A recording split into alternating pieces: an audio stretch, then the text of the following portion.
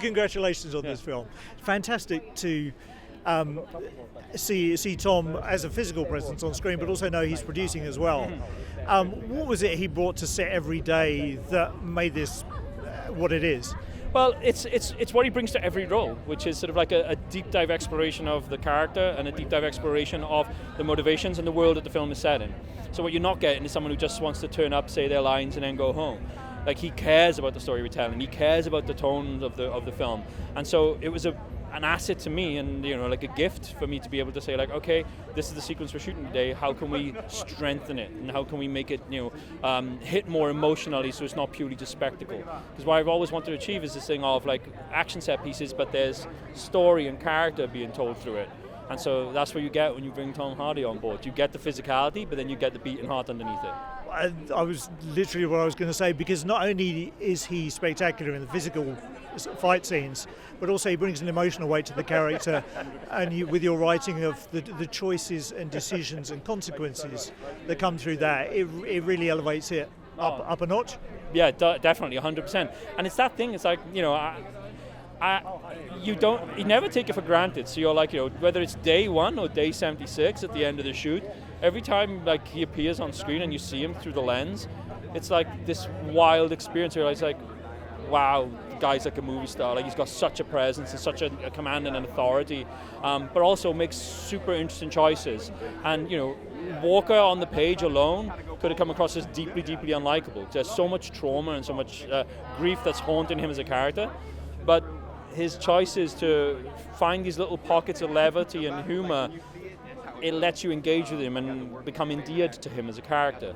And so that was really fundamentally important to this film then. So he's kind of like the anti-hero, but the one you kind of love, so it's good. But also, all of the characters in this film have got very interesting stories and end up making very interesting choices as well. What's it like to weave that all together to come to a satisfying end? It's so much fun, because then in the writing process, it's that thing where you're like, you don't know what anyone's going to do, because everyone's capable of anything.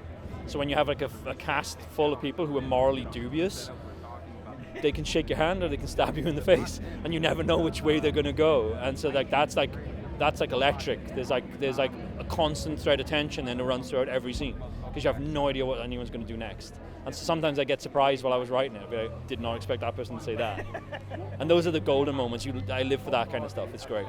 And also, looking at the action scenes, there's a lot of detail and thought gone into those as well, with some very special moments. For you, what's it like starting off the process of choreographing all of those and making sure that not only the moves are right, but the environment are right, and it helps tell the story? That's paramount. Like, I absolutely love designing action sequences. It's probably my favorite part of the whole process, because it's literally me and the stunt guys with cardboard boxes and crash mats, just like having the most amount of fun. So it's because it's a blank canvas at that point. Like, I don't prescribe anything in the script of like what the action scene contains, just tonal pieces or psychology of character, or maybe like 2 gags that I'd like to do. But then it's me and Jude Poyer, the stunt coordinator, and the whole team, and we get together. There's no hierarchy. We just throw ideas into a room and then see which ones stick. And it's just this beautiful creative space for us all to work with it. And just lastly, my understanding is there's now going to be an Oscar for stunt choreo. Yeah. How exciting is it for you to see that get the recognition that it should have had really a long time ago? From the beginning, you know what I mean? It's like it's a lovely thing that it's happening now. It's insane that it's taken this long to get there. But I'm glad it is finally happening. But as me and Tom were talking about earlier today, it feels like there's still more to be done. Like, 'cause it's such an umbrella term, best stunt choreography, because there are so many facets that go into stunt work, whether it's the engineering, the mechanics, the design. Are we talking about best stunt choreography in terms of martial arts sequences? Are we talking about pyrotechnics? Are we talking about vehicle work, or underwater, or in the air, or on fire? There are so many different sides of the technical craft that it's a brilliant first step, and we're all embracing it, because now, like, a lot of our friends get to finally be recognized. But going forward, it would be great if there could still be some subcategories to kind of specify and be a little bit more focused. Excellent. I hope they're watching this. Thank you. It's been lovely to speak to you. Congratulations again. Thank you. Appreciate it. Thank you. Ladies and gentlemen, you're watching Hey You Guys! Hey, you guys! Hey, you guys! Hey, that's what they all say. Hey, you guys! Hey,